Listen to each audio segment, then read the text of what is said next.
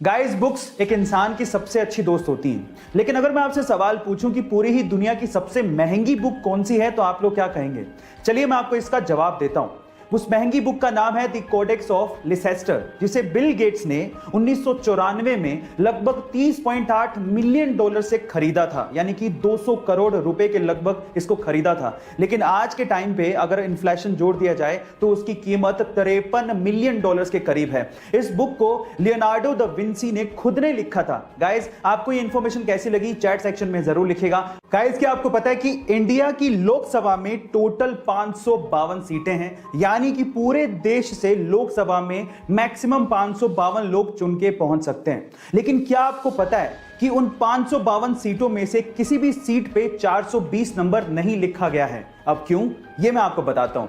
देखिए, आईपीसी की धारा के तहत 420 नंबर फोर्जरी यानी कि धोखाधड़ी के लिए इस्तेमाल किया जाता है, और इसी वजह से हमारे किसी भी लोकसभा सीट पे 420 नंबर नहीं लिखा गया है। इनफैक्ट जैसे ही 419 नंबर आता है तो उसकी अगली सीट को 420 नंबर की बजाय 419A कहा जाता है। गाइस, क्या आपको ये पहले से इंफॉर्मेशन पता थी?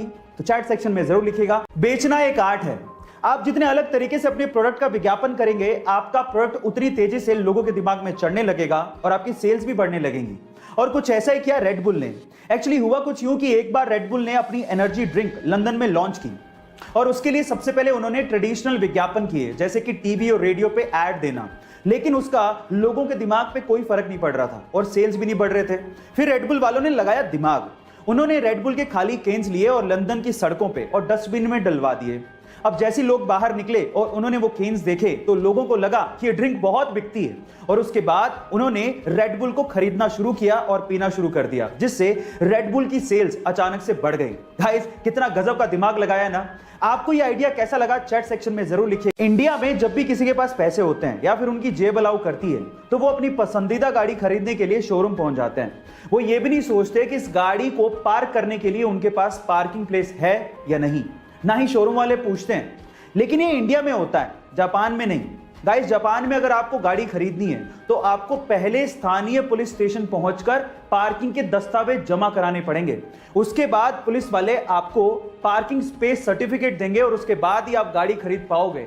गाइस, क्या आपको भी लगता है कि इंडिया में भी ऐसा कुछ होना चाहिए? चैट सेक्शन में जरूर लिखिएगा। हम लोग भावात्मक तरीके से कई बार इंग्लिश को गलत बोलते हैं। कैसे? मैं आपको एग्जांपल के साथ बताता हूं। जैसे कि अगर किसी की शादी की सालगिरह है तो उसे मैरिज एनिवर्सरी नहीं कहते, उसे वेडिंग एनिवर्सरी कहते हैं। इसी तरह से अगर आप किसी चीज को फिर से इस्तेमाल कर रहे हो तो उसे सेकंड हैंड नहीं कहते, उसे यूज्ड कहते हैं। इसी तरह से अगर कोई मर जाता है तो उसे डाइड नहीं कहते, उसे पास्ड अवे कहते हैं।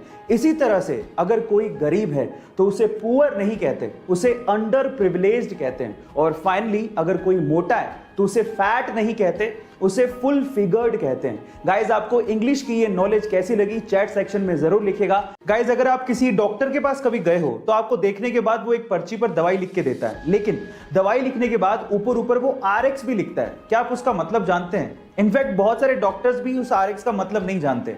तो चलिए मैं आपको बताता हूं।